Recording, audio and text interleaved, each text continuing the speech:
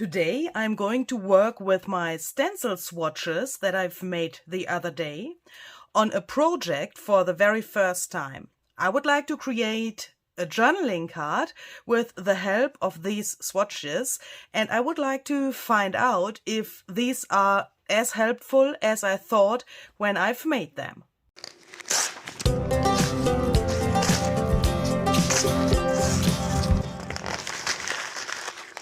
Hi there, this is Luise Heinzel. Welcome to my channel Junk Journal Art. Nice to see you here today.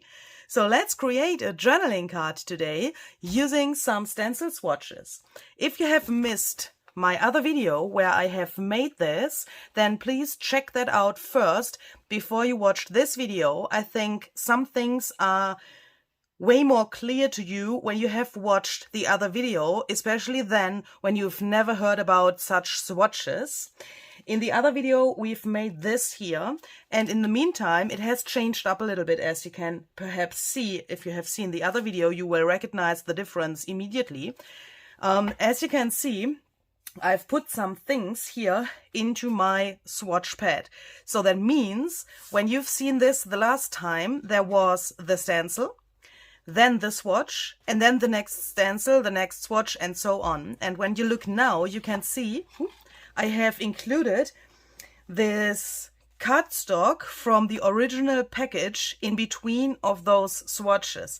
That means we have the stencil now, then the swatch, then the original package, the next stencil, the next swatch, the next package, and so on, so that the information, let's say information about every stencil has three ingredients.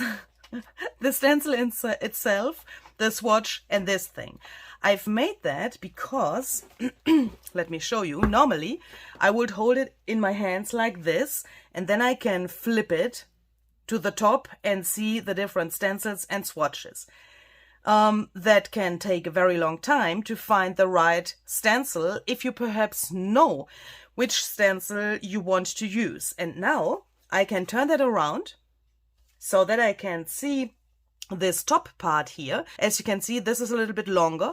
And now, if I know which stencil I'm looking for, I can simply, and for me this is just genius, I can simply go through it like this and search for the right stencil, because as you can see here on the package, it has always this little picture where the pattern of the stencil is shown. It's relatively small, I know, but if you know your stencils, you'll immediately recognize the pattern that you are searching for. And that for me is really handy. And especially with those stencils that come with stamps, that is really, really cool for me, because in this set, this is one of those stamps and stencil sets from Stampers Anonymous and Tim Holtz. And as you can see, there's always a stencil and a matching stamp. And that, of course, can be relatively helpful for some projects, because these are designed to go with each other, of course. And when I use this stencil, then I know those stamps here would fit really, really well to this stencil, so I can go to my stamp collection that I'm storing somewhere else, of course, and I can search for this stamp to have it at hand with this stencil. And that for me was, let's say, a little cherry on the cream for this swatch thingy here. So today I want to make some kind of a layered journaling card, and for that I want to use, of course, a stencil, and I want to see if my swatch thingy here works as well as I thought. So I've chosen this one here. I wanted to have something that's really interesting and that has a little bit contrast also with the pattern. As you can see here on the top, there's those circles, and here on the bottom is this other pattern. I don't know how to say this in English, but this is a really cool combination for me. And now I want to see which effect from my swatch I want to bring to this background for the journaling card. And for this card, I want to go with this area. So what I want to try is I would like to have those effects that I have here on the swatch, here on my journaling card as well. And I have chosen this size for the journaling card, but my stencil is a little bit too small. That's the first thing. And this is some kind of a live testing video. I haven't planned anything before starting the camera, or nearly anything, so that I can give you my live reaction to this, so that you can see my live reaction and my live problems, perhaps, if there are some, and nothing that is extremely edited and extremely thought before I'm doing it. Because I think this way, if I make any mistakes or something like that, I can give you a really clear advice or something that didn't work for me, and you don't have to make the same mistakes as I am making, perhaps here now today. So that's the reason why I haven't planned that too extremely. So the first thing that I want to do is, for the swatch, I've used ground espresso oxide ink. For this card, I have chosen another neutral color palette for this background. We are going to use walnut stain in combination with frayed burlap. And the first thing that I want to do is I want to brush some ink here to the card. And for that, I have in mind that I want to leave a half circle, approximately a half circle in this area here that will stay white. I will tell you in a second why. The first problem is that the stencil is not the same size as the card. So that means I'm lining this up. The pattern is lined up here on the bottom of the card and here on the left side of the card, so that I can get this here stenciled, and then I will puzzle the rest to the other areas. So I'm starting with frayed burlap, and first I'm going to stencil this only with the ink and my brush. And as I said, I'm trying to let a white half circle here. So I'm doing it like this. Okay, so that looks very good. Ooh, what's that? That turned out not so good. I think I had too much ink there.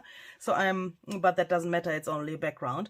So I'm turning this around, and then I'm trying to line that up in some way. Oh, that actually worked not so bad. So then we are going to need some of the pattern here as well. What shall we do? I think now I will take this and I will put this here. I think that could look interesting in the end. Then we are going to need some of this pattern here at the bottom as well, like so. Then I'm going to clean my stencil for the next step. Okay, so this is clean again. So just for your orientation, what we have on the card here now is this top area. Yeah, so this is what I've stenciled only with the brush and the ink with ground espresso. And here we have the same thing, but with frayed burlap. The next thing is here in this area. So this is actually one area, even if it looks like it is two. In this area, we had the opaque texture paste. That was this one here on the card first, and then we've put the ink and spritzed some water. We have brushed the ink here to the texture paste and then spritzed some water to let it flow a little bit. That makes this area darker because we had more ink here, and this blending goes up here. So that means the texture paste was directly on the paper. And that's what I'm going to try here as well. And we have here a little mixture of those both techniques. As you can see here on this little round element, there the texture paste is on top of the ink.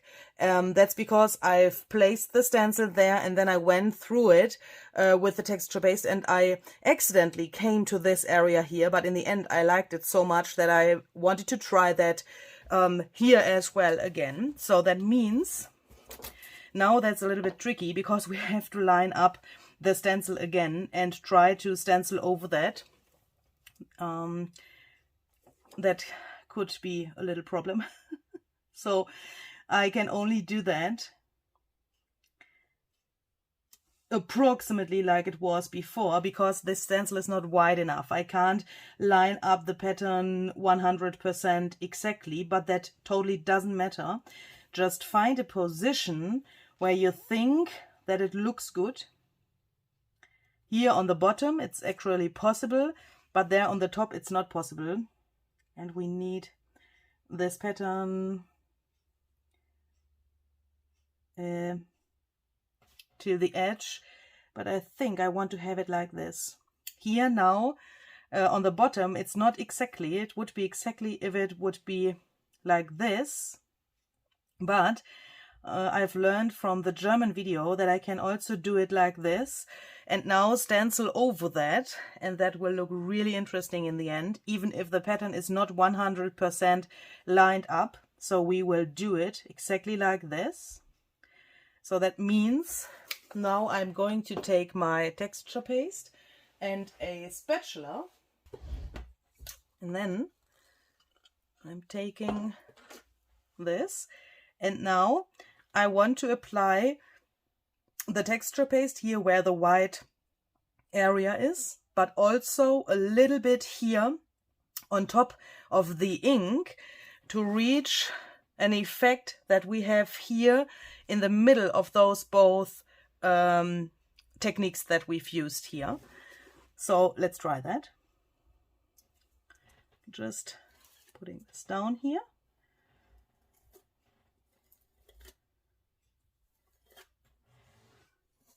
And I want to fade out the pattern a little bit, so I will not go exactly with this pattern here, but taking the spatula and doing something like this so that it gets a little bit loose to the sides. Like this, I guess. Oh. That looks actually really, really nice. I'm already relatively happy. Also, how this is a little bit, it looks like broken. And at the same time, it looks like it belongs together. And that's really cool for me. So I will let this dry now. And while I'm letting that dry, I can take another piece of the same material. So this is just some watercolor cardstock. But of course, for a journaling card, you can use anything that you want. And this piece is exactly the same size like the other one. So it's exactly the same size like this. And now I want to put some collage paper on top. I just want to glue that down here. So this is the Typeset Composer collage paper by Tim Holtz. And I really like this paper, especially because it's so easy to apply and it's always so beautiful. No matter how you use it, it's always so beautiful. So I'm just cutting a piece off here that's enough to cover the whole card. And then I will use some Mod Podge to glue this down. And at the same time, I will put some Mod Podge on top of the surface of this paper to seal it, so that we get a really sturdy and good surface on top.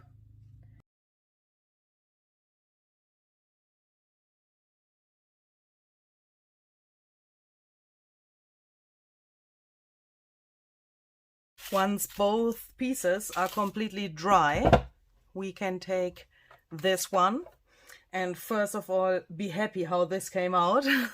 Look at this. Look how cool this texture paste let the pattern underneath come through. So here on these little circles, there's the pattern from underneath, and that's for me totally fascinating. That looks so amazing. I'm hoping that we will see a lot of this later, but yeah, that's a little bit tricky. But first of all, we have to cut this down a little bit, because of course this is exactly the same size like this now, and I want to have that a little bit smaller sitting on top of this card base later.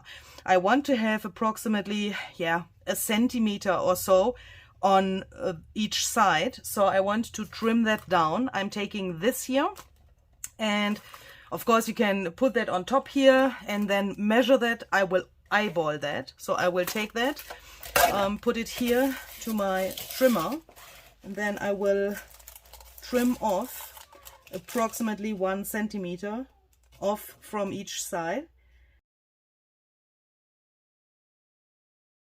So these little pieces will go to my box of collage fodder so that I can use them later for something else. And now we have this cool thing, and now it has this really cool edge. If you don't have such a trimmer, of course you could also reach a similar effect with a tearing ruler and just tear your paper. Then I want to take some paper clips to bring this into a sturdy position for a moment so that this can't run away while I'm doing the next steps. Because now I want to find the position for some die cuts, because I want to cut out some elements from this top layer here, and for that I have chosen this die cut set by Zizix and Tim Holtz. This is the FEATHERY die cut set, relatively new. The number is 666003. If I can find that on Amazon, I will link that down below for you. This comes with 6 die cuts and they are absolutely gorgeous. So I have them here. But for better orientation, and because I will later on need those anyway, I have cut out the feathers from the same white watercolor paper like this is, and then I have embossed them with several layers of clear embossing powder so that they get really shiny. How do you have to hold that you can see that like this? That looks really elegant, and in my eyes this is absolutely gorgeous. I've used the Ranger embossing powder clear for that, and I will use these later to put them on my card. But now I will also use them to get an orientation where I want to cut those feathers from this layer out. So I will lay them here down to the surface, and now I have in mind that we have this half circle here behind the top layer. Yeah, so I want to arrange these feathers so that they are in the shape of this half circle as well.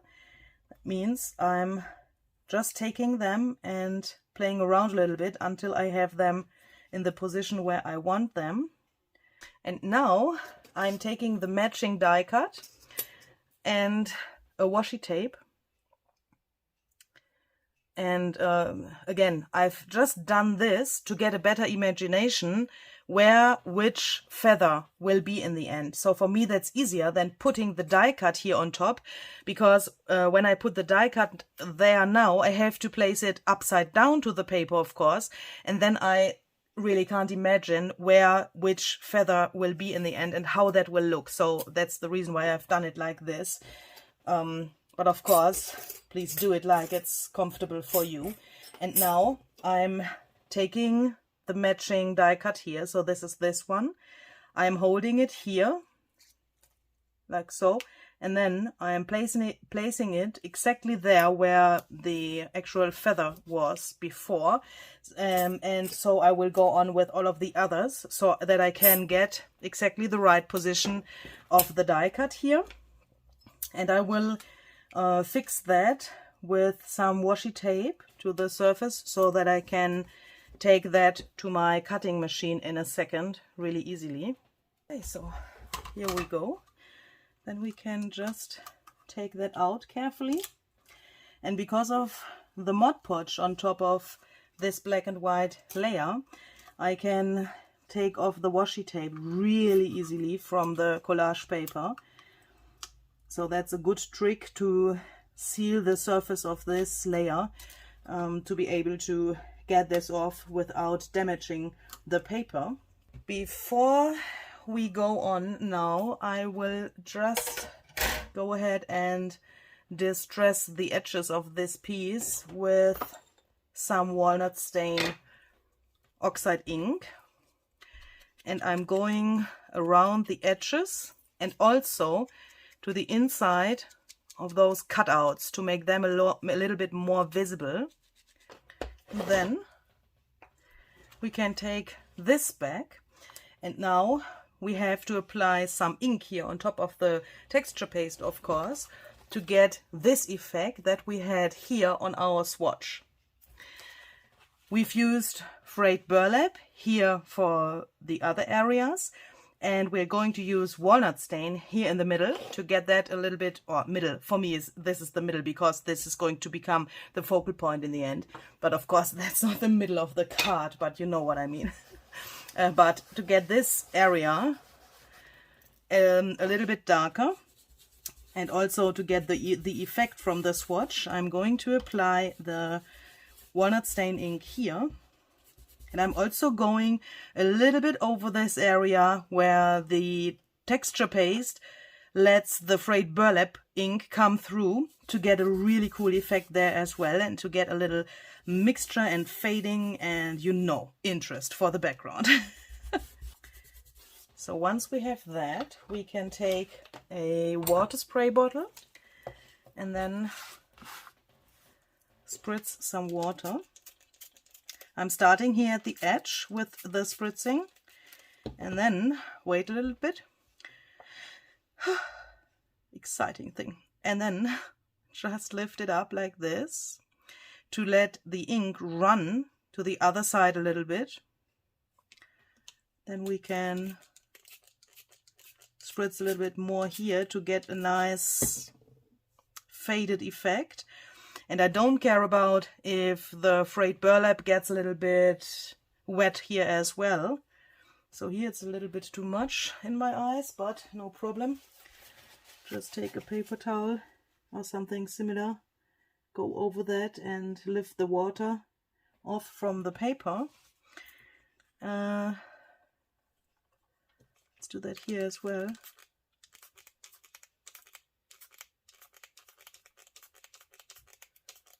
To blend it into each other a little bit. So I will quickly dry that with my heat gun. That turned out absolutely amazing in my eyes. I'm so in love with this background. Absolutely gorgeous.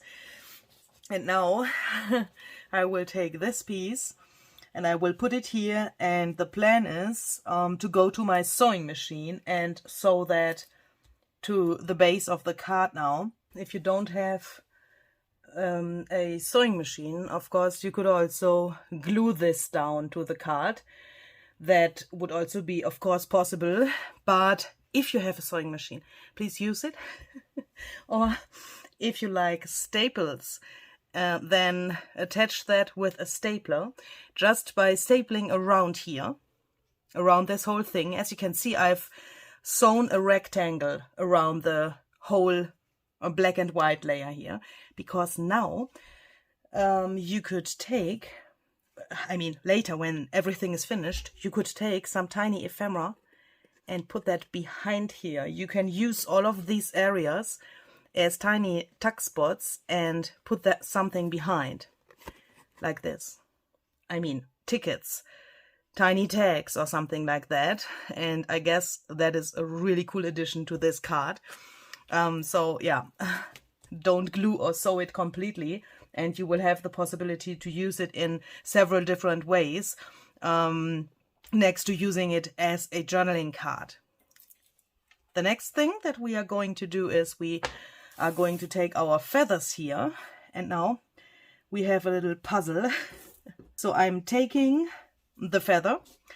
I'm checking if this is the right feather. As you can see, this fits in here, but of course I don't want to put it in here, otherwise I wouldn't see the layer below. But I want to place that a little bit like this, so that this looks like a really cool shadow or hole in the same shape like the feather is.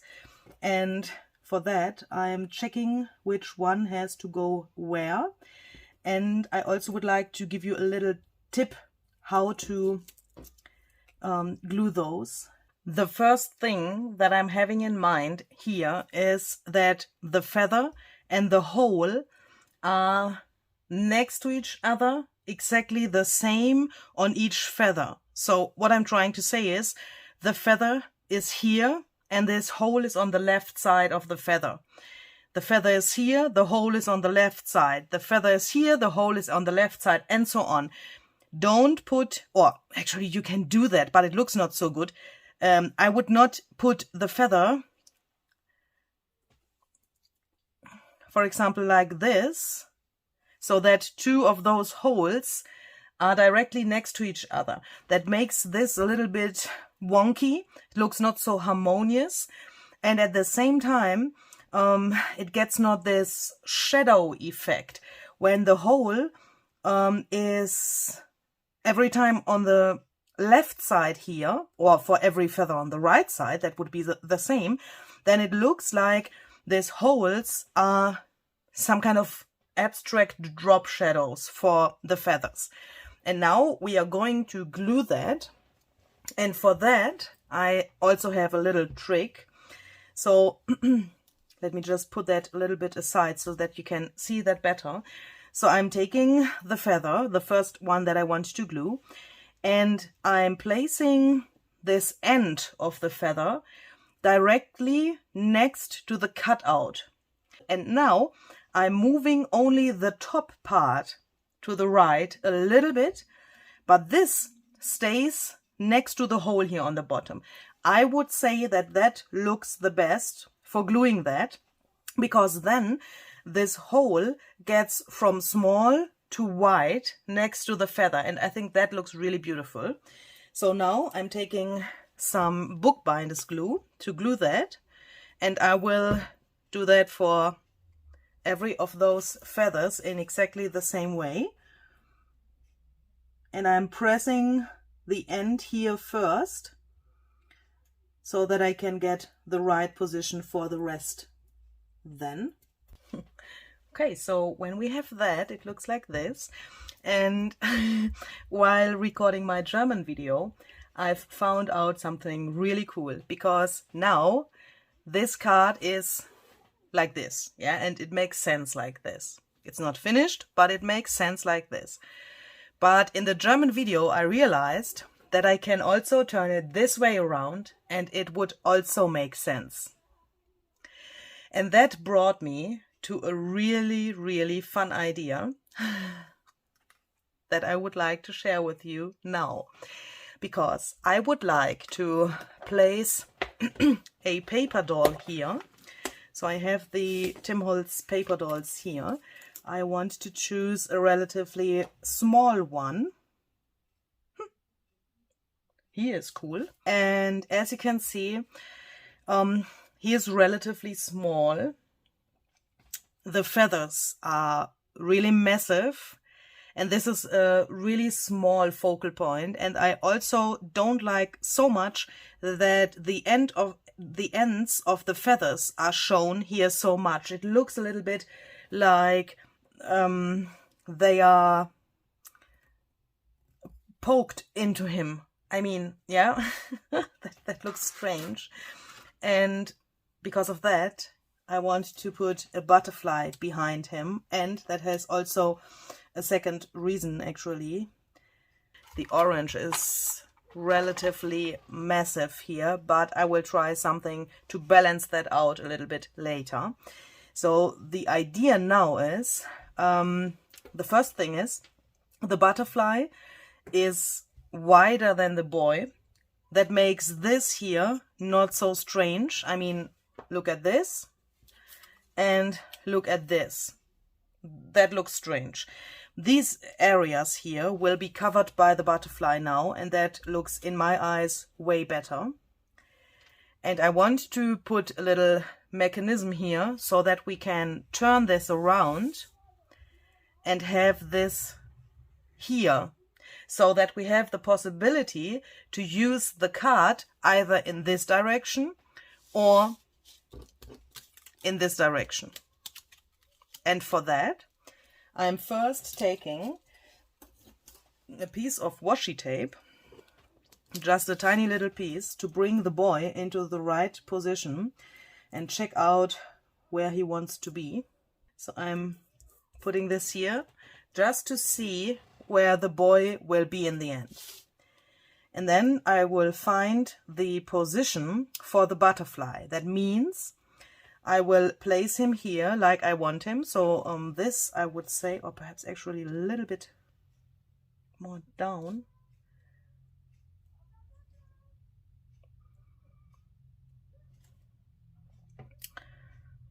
So that he's not exactly in the middle. I think this is actually really great.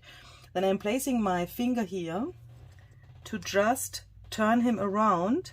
Don't move him, just, I mean, not to the left or the right, just turn him around and see if that would make sense as well. And here it's absolutely great. So the position is just wonderful. So that means we can take off the boy. Then we are going to take an awl or a similar poking tool. Oh my goodness, I've just destroyed the antenna of the butterfly. Okay, so that doesn't matter. We are poking a hole through all of the layers, approximately in the middle of the butterfly, so that we can see the hole here as well. And now, yeah, okay, so let's cut them off. That doesn't matter. We can fix that. We will fix that in a second. But first, so that I don't lose my hole, I will put the butterfly directly here where it was before with this hole. I have to make the hole bigger so that I can see it. So just place the butterfly here so that you can see through the holes, and make the hole just a little bit bigger, like this. Then a little operation for the butterfly. We are just attaching some new antennas. I've just put this little piece of paper here to make sure that the ends of the antenna are covered here really well, because later on when this goes here and we want to turn the butterfly around, we don't want to have these things sticking behind this irregular surface, so that yeah, this is really sturdy here on the back.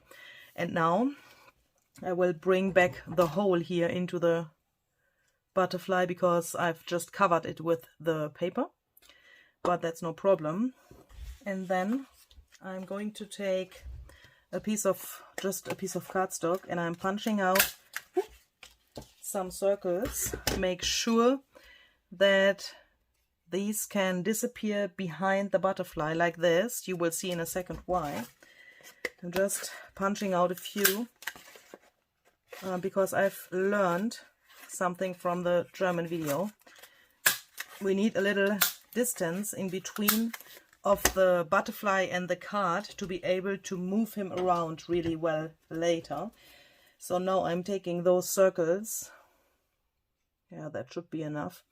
These are 4 circles of this material. This is just an Amazon packaging. I'm taking my crocodile, poking a hole in the middle through all of those layers.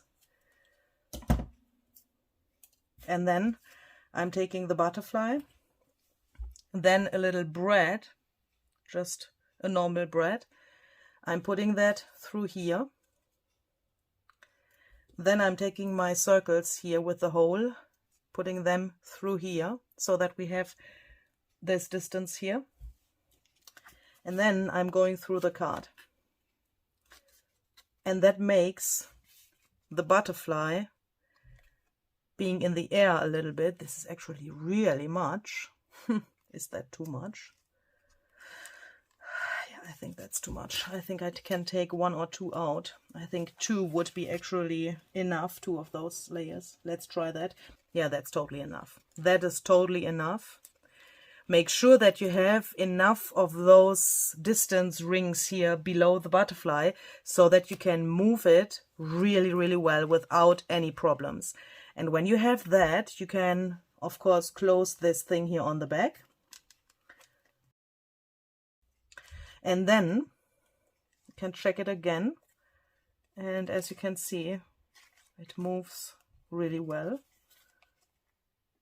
Yeah, okay, so then when we have that, we can take the boy and glue him down here to cover this up and to have him here, of course.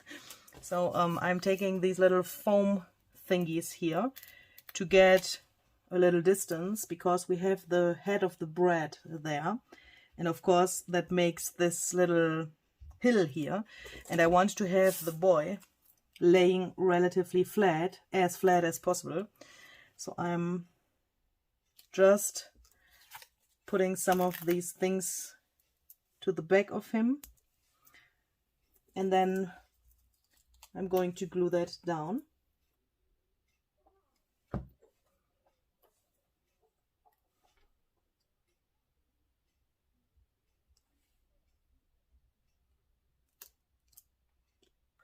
Okay, so while this is drying,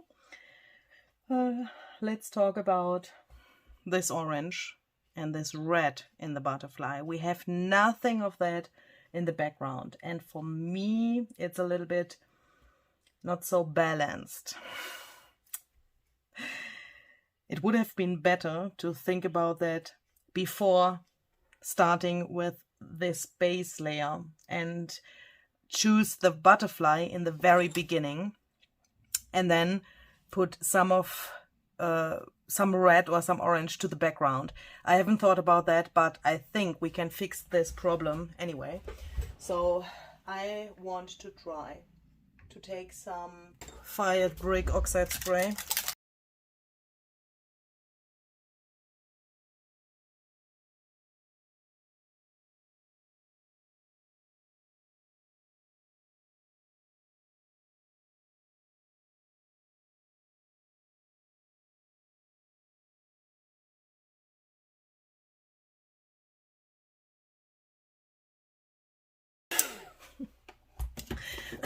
Yeah, nice. Now it's totally pink. In the camera it looks not so pink, but in reality it's totally pink. And that's not a problem, but it's not the color that we have here, and that is the problem. That this is not the same color, or I can't reach exactly the same color, but it's also not nearly the same color. What can we do? What else do we have here? Let's try this icing spray. That is the color Honey. I know that it is a little bit different, but perhaps in combination with the fired brick, it could look great.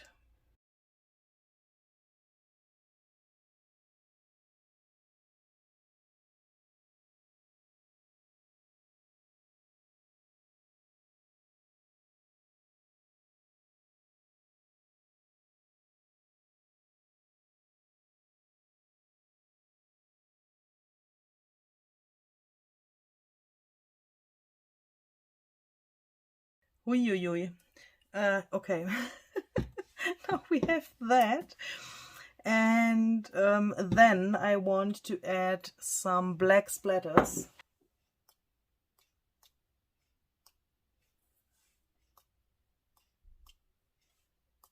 Some white splatters as well. And those I want to have mainly on those wings of the butterfly.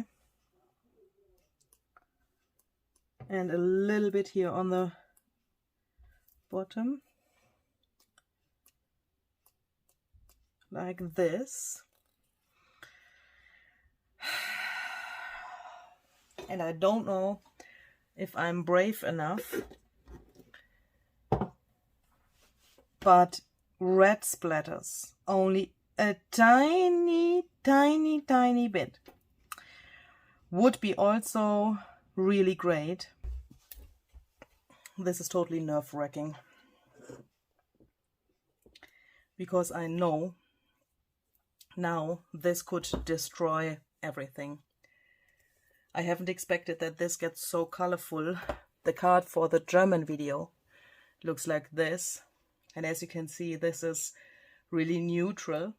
That's also because of the butterfly, of course, but I haven't expected that we get such a colorful result, and I also haven't expected that I will splatter with red now, but let's see.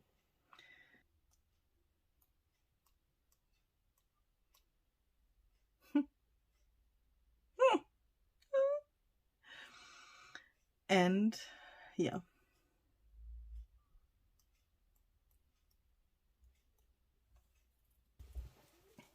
And now we can, of course, add a quote that makes sense in both directions later. For that, I'm taking this quote thingy here, Small Talk by Tim Holtz's Ideology, and I'm choosing a very short quote because I want to glue that quote to the wing here of the butterfly so that it turns around with the whole thing when we put the butterfly into the other direction. Never give up. That's good. I think that matches this really well, and this is not too long. Since this is a sticker, I will glue that down to a piece of cardstock and then just cut that out to be able to glue it down with glue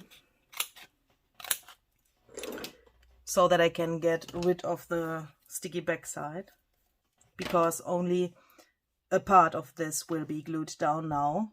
It's a good idea if you want to decide the position for the quote when you take the butterfly and just turn it the other way around like this, because when it's like this, you can see better where the quote has to go, because here it's not so good if it's too low. I mean, you have to place it here that it looks good, and here it's, I would say, way more important, the position of the quote, than when it's in the other direction. So I think this will go here.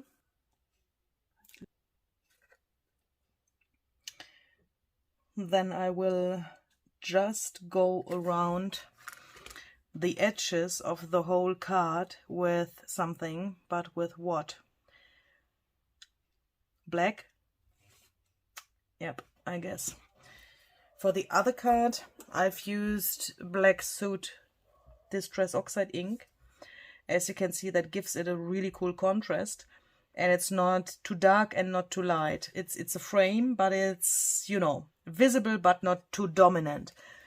But here I have the feeling that this has way more contrast. This is a totally different card, and because of that I want to try to take a black Stabilo oil pen, spritz that with some water, and then just go along here and smear that with my finger.